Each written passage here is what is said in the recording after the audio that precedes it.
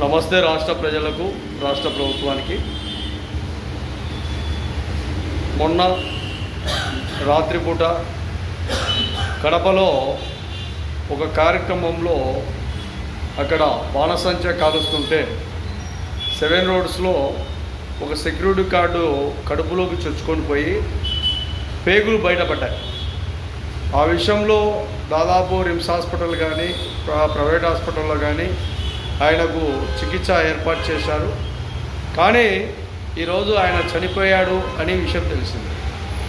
మరి ఆయనకుండే 2 పిల్లలు, భార్య తదితర విధానాల్లో భాగంగా ఆ కుటుంబానికి రాష్ట్ర ప్రభుత్వం ఏ విధంగా సాయం చేస్తారు, అదేవిధంగా ఆ కార్యక్రమాన్ని నిర్వహించిన నిర్వాహకులు ఏం చేస్తారు, ఆ కార్యక్రమానికి సంబంధించిన వ్యక్తులు ఏ విధంగా తోడ్పడతారు, అదేవిధంగా స్థానికంగా ఉండే ఎమ్మెల్యే గారు ఎంతవరకు వారికి సాయం చేస్తారో ఓసారి బాగా ఆలోచన చేయండి. బాణసంచా కాలుస్తున్నామంటే ఇష్టం వచ్చినట్టు దానికి ఒక పర్మిషన్ లేదు.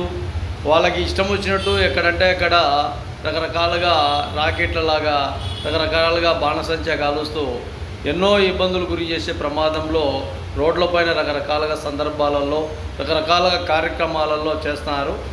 పొరపాటున ఎక్కడ ఏ విధంగా ఇబ్బందులు గురైనా కూడా ఇలా ప్రాణాలు పోతాయి.